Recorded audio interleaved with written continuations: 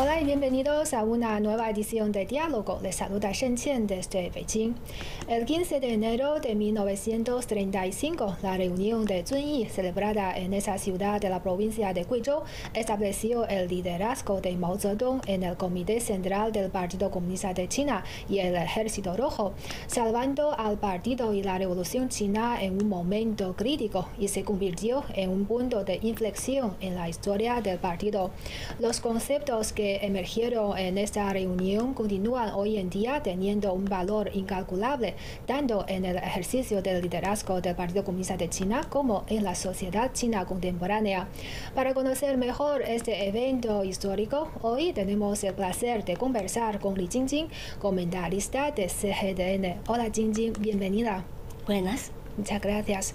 En primer lugar, ¿podría comentarnos un poco por qué se considera la reunión de Zunyi crucial para el Partido Comunista de China? O sea, antes de la celebración de esta reunión, ¿qué situación se encontraba el Partido Comunista de China? Pues la reunión de Zunyi fue una reunión ampliada del Buró Político del Comité Central del Partido Comunista de China.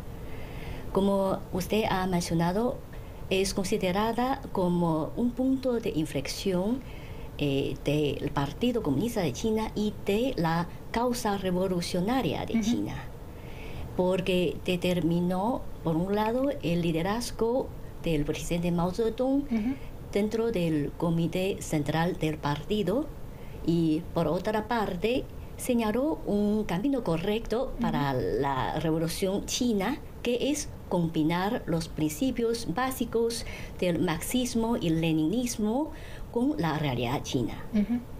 Para entender la importancia de esta reunión, cabe repasar un poquito la historia contemporánea china.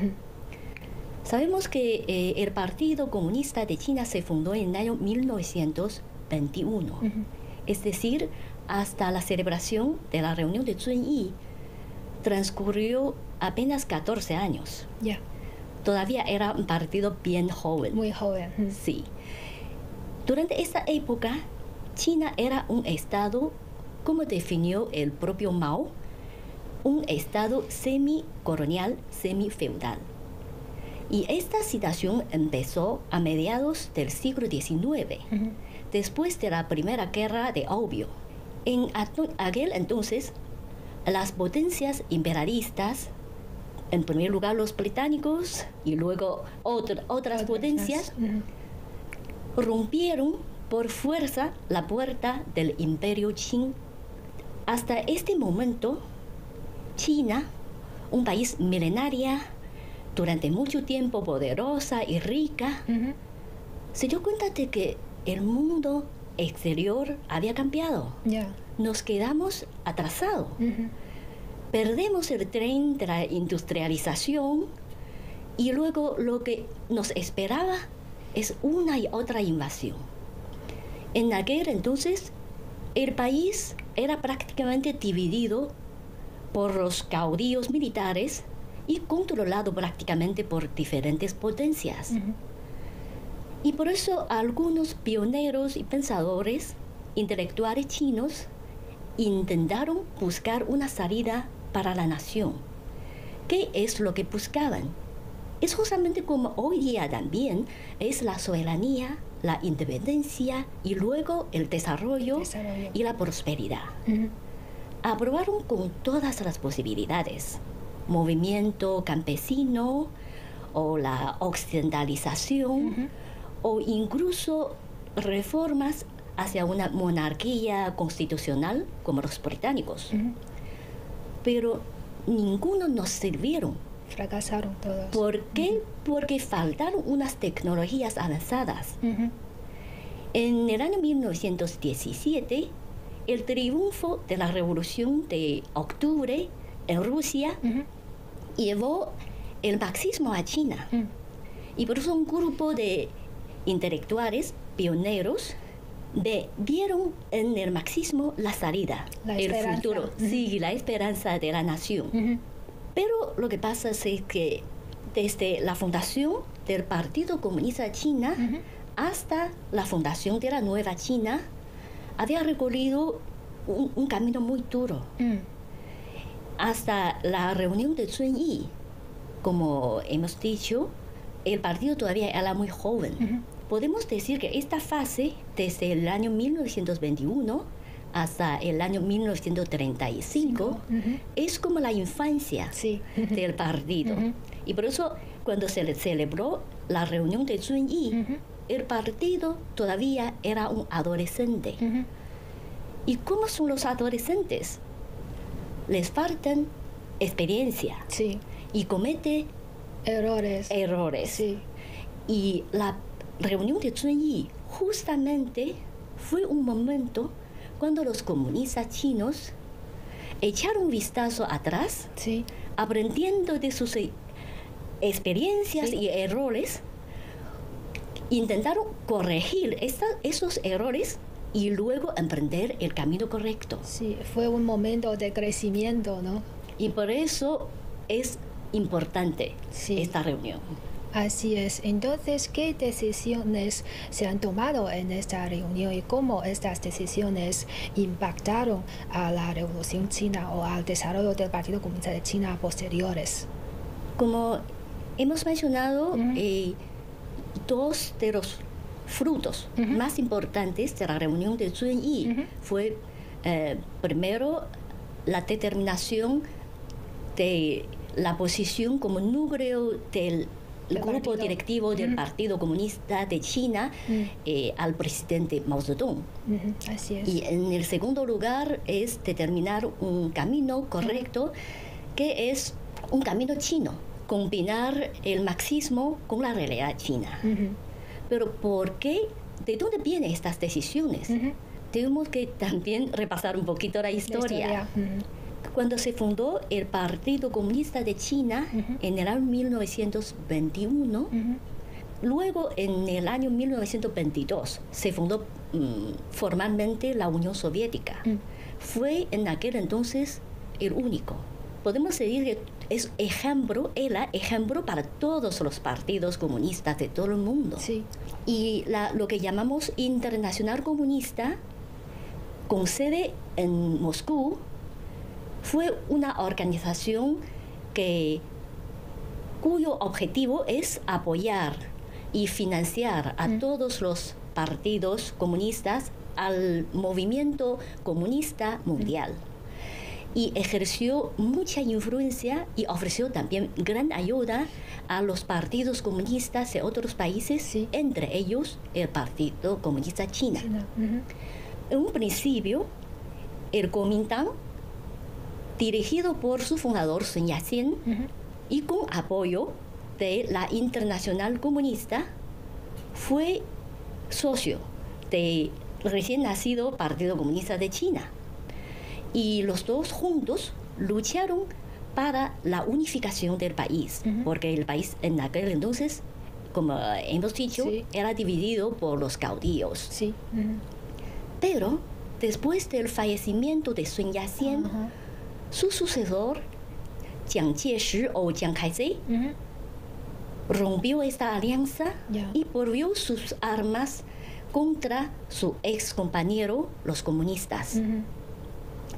Y durante entre el año 1930 y 1935, organizó 5 campañas de cerco contra las bases revolucionarias comunistas. Entre ellos, sobre todo contra la base central situada en la provincia de Jiangxi.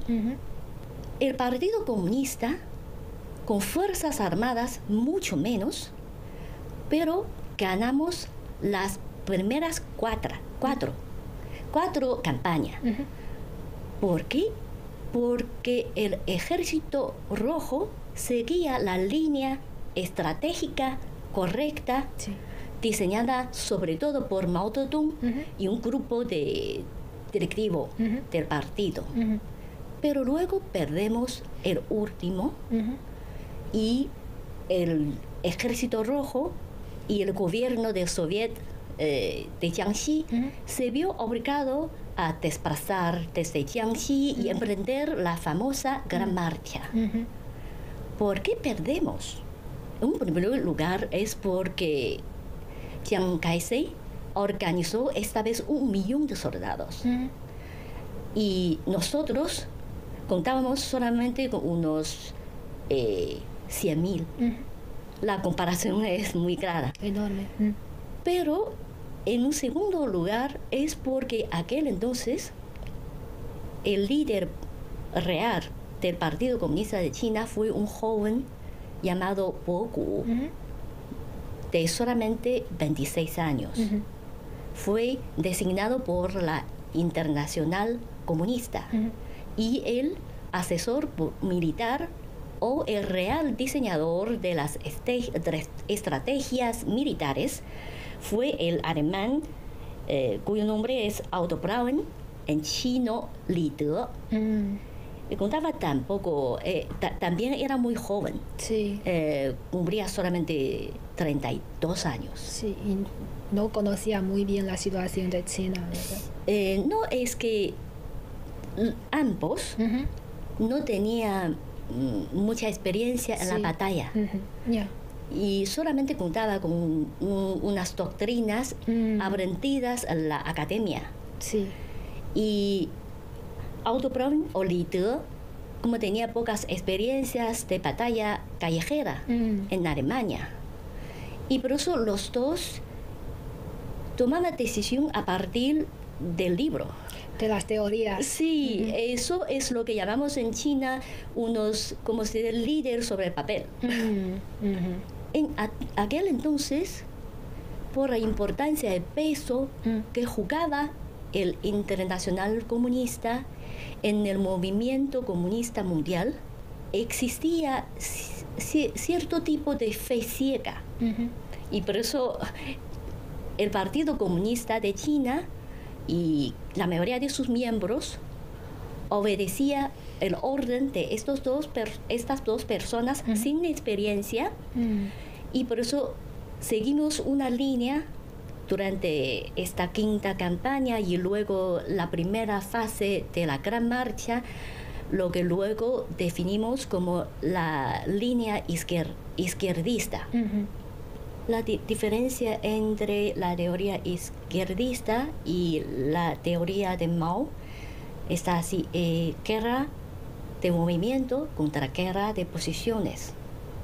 Y por eso, cuando se celebró la reunión de Zunyi y abandonamos esta línea izquierdista y establecer a Mao como el núcleo de la dirección del Partido Comunista, y luego diseñamos un camino correcto que es combinar el marxismo con la realidad china y siempre adaptándose a las nuevas circunstancias basada en la realidad, en los hechos.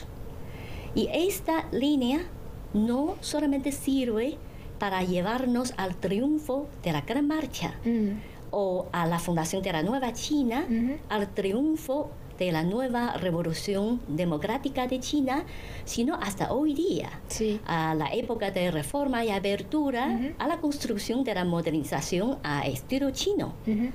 Y por eso así consiste la importancia de la reunión de Zunyi.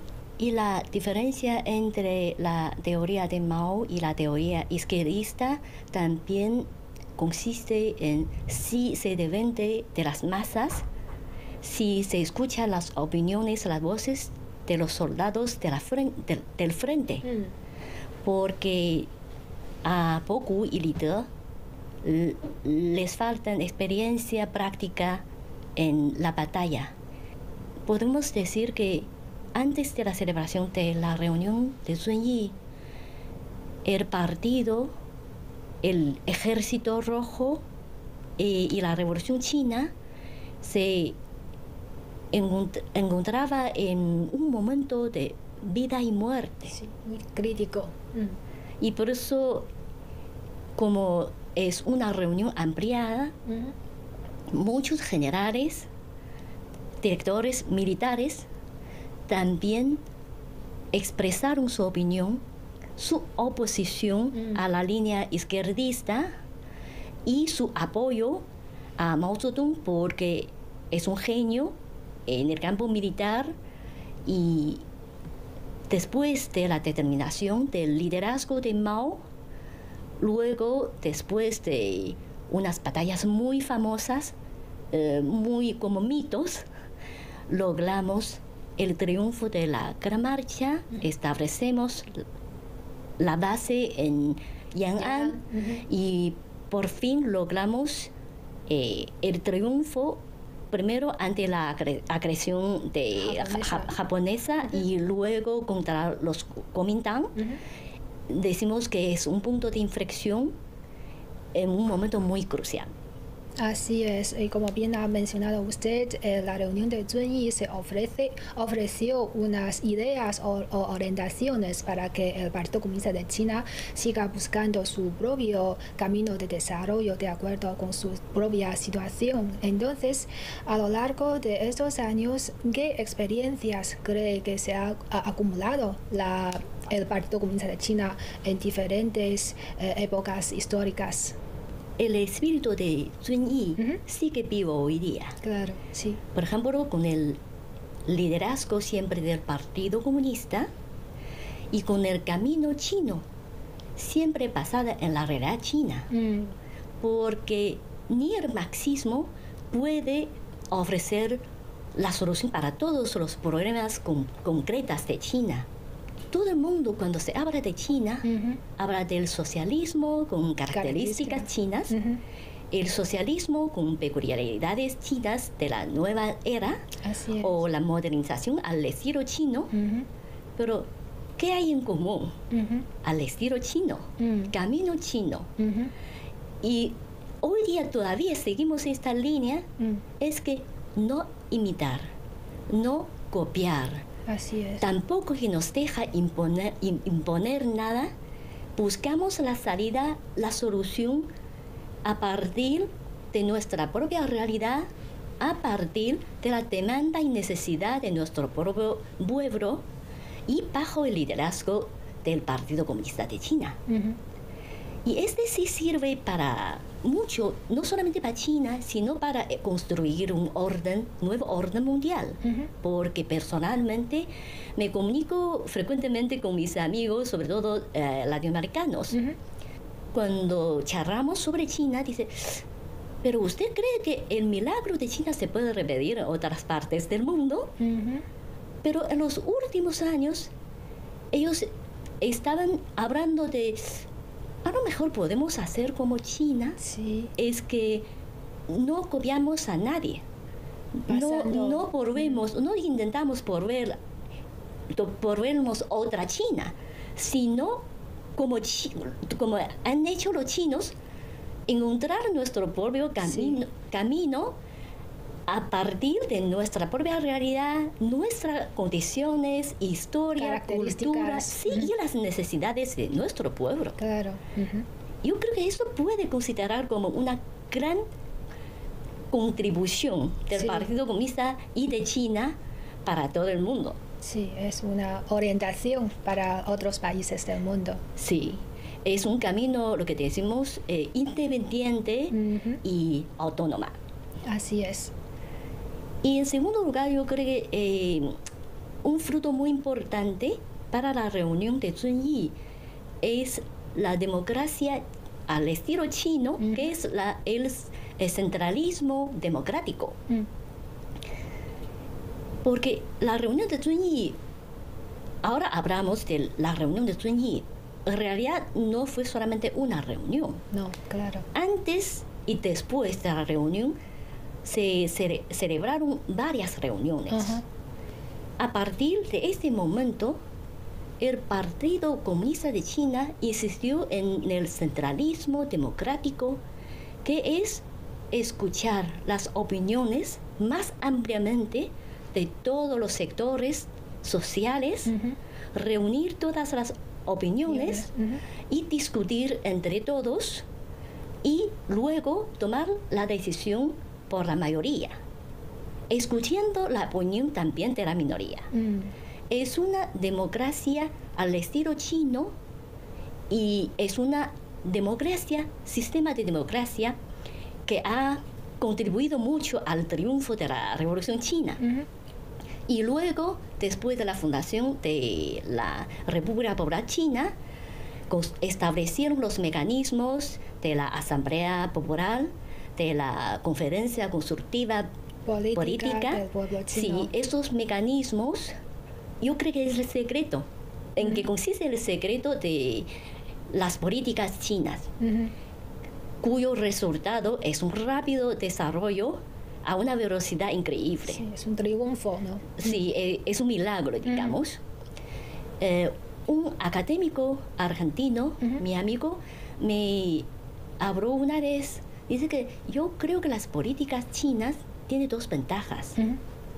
Una es la continuidad y otra es la eficacia. Así es. ¿Por qué los chinos? Ustedes pueden elaborar un plan de 5 hasta 15 años y luego se cumple.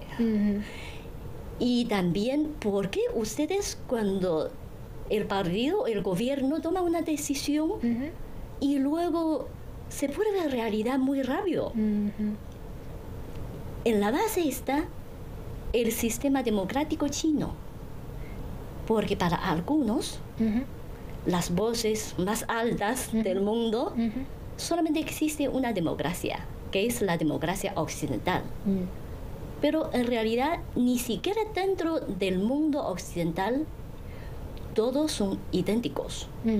Cada gobierno, cada país son diferentes. Claro. Y por eso, si alguien te dice, no, solamente existe un tipo de democracia, es mentira. No es correcto. Y por eso, la democracia china, que aprendemos justamente hoy día de la reunión de Zunyi, sirve para los chinos. Y los otros países, sea latinoamericanos o africanos o asiáticos, cada uno puede encontrar su propio camino, sin que nadie nos imponga nada, sin que nadie meta las matas en nuestros asuntos internos.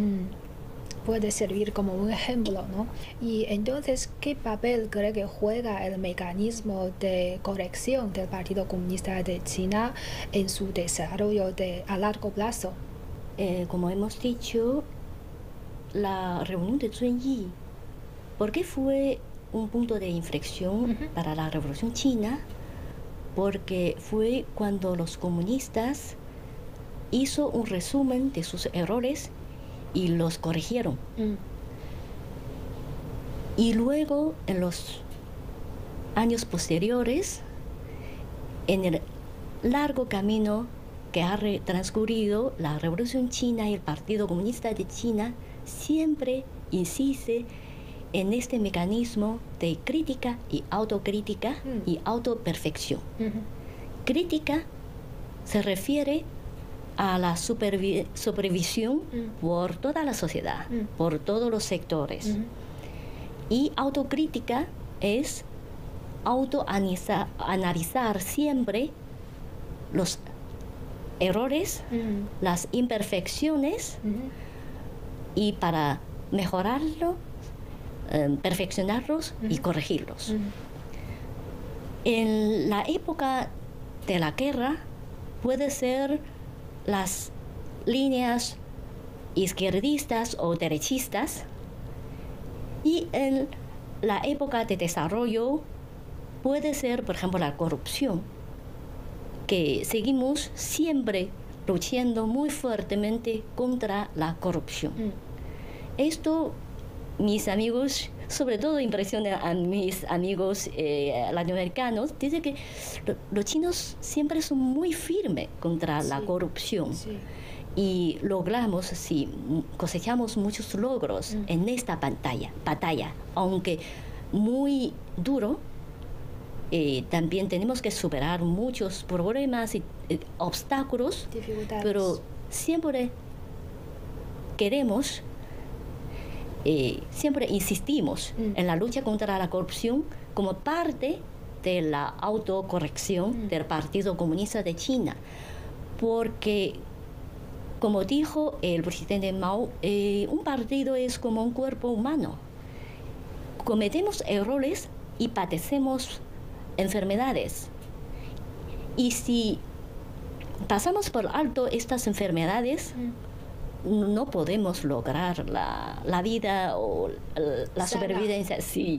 Y por eso, para mantener el liderazgo del Partido Comunista de China siempre sano y que siempre sirve al pueblo chino, tenemos que curar, autoexaminar y luego curar estas enfermedades y constantemente. Y por eso también se trata de otra lección que aprendemos hasta hoy día de la reunión de Zunyi. Sí, este año marca el 90 aniversario de la celebración de la reunión de Zunyi. Entonces, hoy en día enfrentamos a un mundo lleno de incertidumbre y competiciones. Entonces, bajo este contexto, ¿cómo podemos seguir transmitiendo los espíritus de la reunión de Zunyi? Hoy día nos encontramos en un mundo con desafíos disturbios sin precedentes durante un siglo. Y por eso lo que queremos hacer China y nuestros compañeros es construir un nuevo orden mundial multipolar, digamos. Sin unilateralismo, sin proteccionismo, es que entre todos cooperamos para lograr el ganar-ganar. Esto es, por ejemplo, mediante las iniciativas planteadas por China, por el presidente Xi, como la iniciativa de la Franja y la Ruta, la iniciativa para el desarrollo global, para la seguridad global y para la civilización global. Todo esto tiene algo en común, es construir una comunidad de futuro compartido. ¿Y cómo construir un futuro compartido? La base es el respeto recíproco, beneficio mutuo, es decir, respetar las diferencias, luego buscar algo en común. Claro. Y por eso podemos aprender de la reunión de Zunyi, es que cada nación tiene que buscar un camino correcto basada en su propia realidad, a partir de las necesidades, demanda de su propio pueblo, por su propia prosperidad, estabilidad y bienestar de su pueblo. Ese es el principio. Y luego podemos ayudarnos, cooperarnos y aprendernos también. Pero si alguien dice que solamente existe un camino correcto en el mundo, con eso no llegamos a nadie. No llegamos a ningún lugar. Así es.